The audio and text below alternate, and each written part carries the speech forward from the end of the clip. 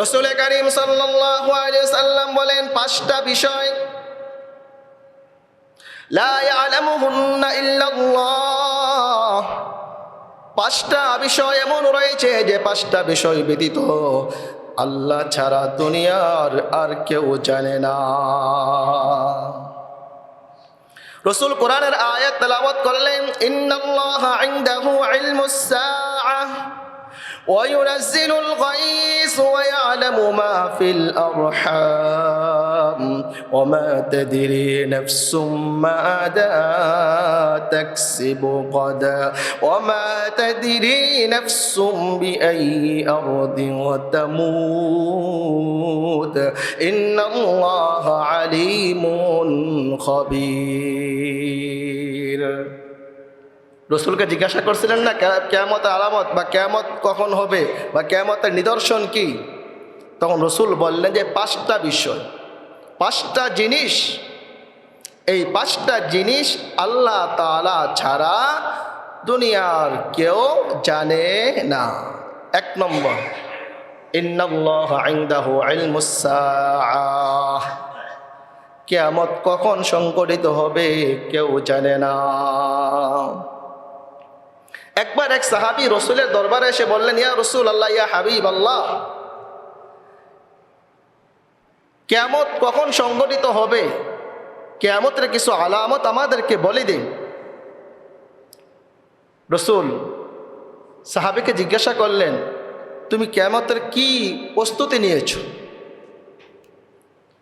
তুমি যে কিয়ামত কিয়ামত বলতেছো, কিয়ামতের কি প্রস্তুতি নিয়েছো? সাহাবী বললেন, আমি আল্লাহ রসুলকে মহব্বত করি, ভালোবাসি। সুবহানাল্লাহ।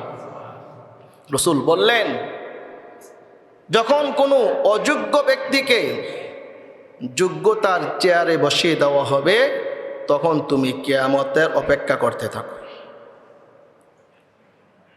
অযোগ্য ব্যক্তিকে যখন যোগ্যতার চেয়ারে বসিয়ে দেওয়া হবে, সে যোগ্য নয়, তাকে আপনি চেয়ারে বসিয়ে দিবেন, যোগ্যতার চেয়ারে বসিয়ে দিবেন। সে দেশ চালানোর ক্ষমতা রাখে না, আপনাকে তাকে দেশ পরিচালনার দায়িত্ব দিয়ে দিবেন।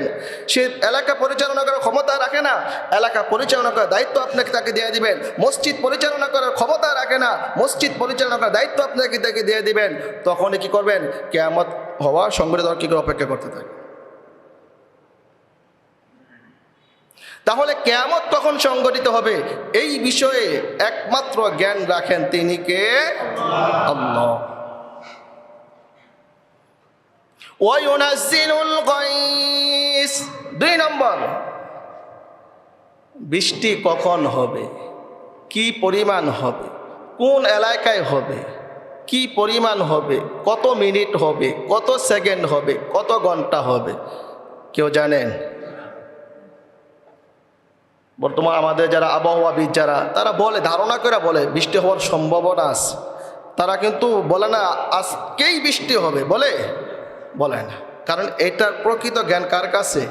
আল্লাহ তাআলার কাছে। দেখেন, এক এলাকায় বৃষ্টি হয়ে পুরা সয়লাব হয়ে যেতেছে, বন্যা হয়ে যেতেছে, আর এক এলাকা পুরা রৌদ্র। এরকম হয় কি না? আমি তো প্রায় সময় আপনার চিটাঙ্গুর যাই, দেখি ওইদিকে পুরা বৃষ্টি হয়ে পুরা এলাকা পুরা সয়লাব হয়ে গেছে। এলাকায় এসে, নিজের এলাকায় এসে দেখি পুরা রৌদ্র, শুকনা। আর কি অবস্থা! একই বাড়ি, একই জমি, হাদিসের মধ্যে আসছে আল্লাহ তাআলা বৃষ্টি দিয়ে একজনের জমিকে পরিপূর্ণ আপনার তার ফসলকে কি করতেছেন? সয়লাব করে দিতেছেন। আর যে পাশের জনের জমি পুরো একবারে মাটি ফেটে কি হয়ে গেছে। আছে কি না? এটা কে করে? আল্লাহ তাআলা। 3 নম্বর, ওয়ায়ালামু মা ফিল আরহাম। মাতৃগর্ভে কি আছে, ছেলে আছে না মেয়ে আছে, 10 আঙ্গুলওয়ালা আছে না 20 আঙ্গুলওয়ালা আছে, 22 আঙ্গুলওয়ালা আছে না 30 আঙ্গুলওয়ালা আছে, হ্যাঁ, প্রতিবন্ধী না সুস্থ, ভালো না ঠিক, এটা কে জানে? এখন আপনারা প্রশ্ন করতে পারেন, হুজুর এখন তো বললে দে ডাক্তাররা ছেলে না মেয়ে, বলে না? বলে কি না? বলে। কখন বলে এটা? যখন একটা বাচ্চা মার মাতৃগর্ভে পরিপূর্ণ আকৃতি হয়ে যায় 5 মাস পরে, হ্যাঁ, সাধারণত 5 মাস পরেই কি হয়, পরিপূর্ণ আকৃতি দেওয়া হয়, রূপ ফুকিয়ে দেওয়া হয়। তো বলতেছে এইটা জানা, এটাকে গায়েব বলা হবে না। গায়েব কাকে বলে? কোনো মাধ্যম ছাড়া, কোনো কিছুর মাধ্যম ছাড়াই যে জানে সেটা হলো কি গায়েব। তারা যে জানে তারা কি মাধ্যম ছাড়া জানেন না মাধ্যমের মাধ্যমে জানেন? মাধ্যমে। আবার তাও কখন জানেন?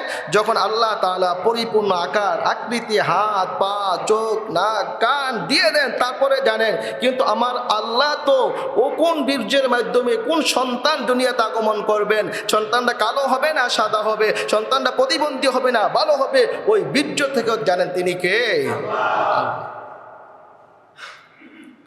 وَيَعْلَمُ مَا فِي الْأَرْحَامِ وَمَا تَدْرِي نَفْسٌ مَاذَا تَكْسِبُ غَدًا। বান্দা, আগামীকালকে তুমি কি উপার্জন করবা, তুমি কি খাইবা, কি করবা, সেই জ্ঞান কার কাছে? ঠিক কিনা বলেন? আগামীকালকে আমরা কি করব, কি খাইব, কি উপার্জন করব, ভালো উপার্জন করব না কল্যাণ উপার্জন করব না অমঙ্গল উপার্জন করব, না অমঙ্গল হবে ভালো হবে না মঙ্গল হবে, জানে কে?